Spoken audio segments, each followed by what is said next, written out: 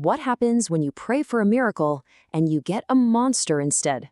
Today, we're diving into the Urdu novel Mohabbat, Junoon aur Toom, a story that's going to make you question everything you think you know about love, obsession, and what it really means to be saved. Right off the bat, we hear these words from our protagonist, Mahi. She's trapped, being forced into a marriage she absolutely dreads, and she's making it crystal clear she will do anything to get out of it. So picture this. The story kicks off on Mahi's wedding day. Now, that's supposed to be a happy occasion, right? Well, for her, it is a complete nightmare. Her own aunt, Shahnaz Begum, has her backed into a corner, basically blackmailing her by threatening her sister's safety to make sure she goes through with it. I mean, the injustice here is just wow. You've got Mahi, who's young and has her whole life ahead of her, and on the other side, a groom who's old enough to be her father. This isn't a marriage, let's be real. It's a business deal, and Mahi is the product being sold. So as the ceremony is about to start, Mahi does the only thing she can. She sends out this desperate prayer, begging for literally any way out of this disaster. And believe it or not, her prayer gets answered. The whole wedding comes to a sudden, screeching halt. Why? Because the groom's entire party has been kidnapped on their way over. And while her family is completely freaking out, Mahi feels this strange wave of relief. In the craziest twist ever, some violent criminal just became her knight in shining armor. But this is where the story really takes a turn. You might think she's free, but no. Mahi might have escaped one cage, but she's about to be tossed into a new one, and this one is a whole lot scarier. Things start to unravel, and fast.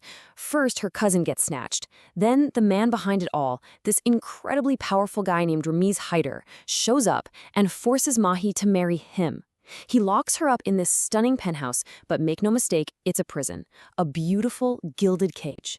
And when she finally gets a chance to call the police for help, that's when she learns the true horrifying extent of his power. Can you just imagine? The cops show up, they salute the man who kidnapped her, and then they just leave? That's when Ramiz looks at her and lays it all out. He is the law in this city. There is literally no way out. So just when Mahi has pretty much given up all hope, a little glimmer appears. It comes in the form of a new maid, a woman named Nasima. And she doesn't just feel sorry for Mahi, she says she has a plan. Nasima seems so trustworthy, you know? She tells Mahi exactly what she wants to hear. She's worked out a whole escape plan. She's bribed the watchman, she knows when the guards change shifts, there's a car waiting, and for the first time in what feels like forever, Mahi lets herself feel a little bit of hope. Yeah, about that hope. It wasn't an answered prayer. It was a cold, calculated betrayal. Turns out, Nasima was never a friend. She was just a pawn, sent in by one of Ramiz's biggest rivals, a woman named Alishba. And Alishba? She used to be Ramiz's business partner, but he cut her out, and now she is laser-focused on getting revenge. So just like that, Mahi has been passed from one kidnapper to another, and this one might be even more dangerous. This betrayal kicks off an absolutely explosive climax. Because all of a sudden, the very man that Mahi has been terrified of becomes the only person on Earth who can save her. Alishba gets Ramiz on a video call and she taunts him. She shows him a live feed of Mahi, scared out of her mind, with a gun pointed right at her. Alishba knows she's found his weakness. This isn't about business anymore, this is personal. And Mahi is trapped right in the middle of their war. So this is the million-dollar question, right? We know Ramiz is this ruthless, calculating guy who took what he wanted. But is that obsessive personality going to push him to walk right into a deadly trap to save the woman he himself captured? The answer is 1,000% yes. Ramiz doesn't just walk into the trap. He smashes through it, literally crashing a car through the warehouse doors. He tears through Alishba's guards in this massive firefight. And when Alishba grabs Mahi to use as a human shield, Mahi, in this amazing moment of pure survival, bites Alishba's hand, creating the opening Ramiz needs to end it once and for all. So the action is over, they're safe, but one huge question is just hanging in the air. Why?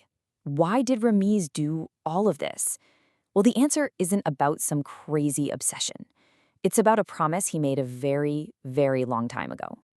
And this is the twist that just flips the entire story on its head.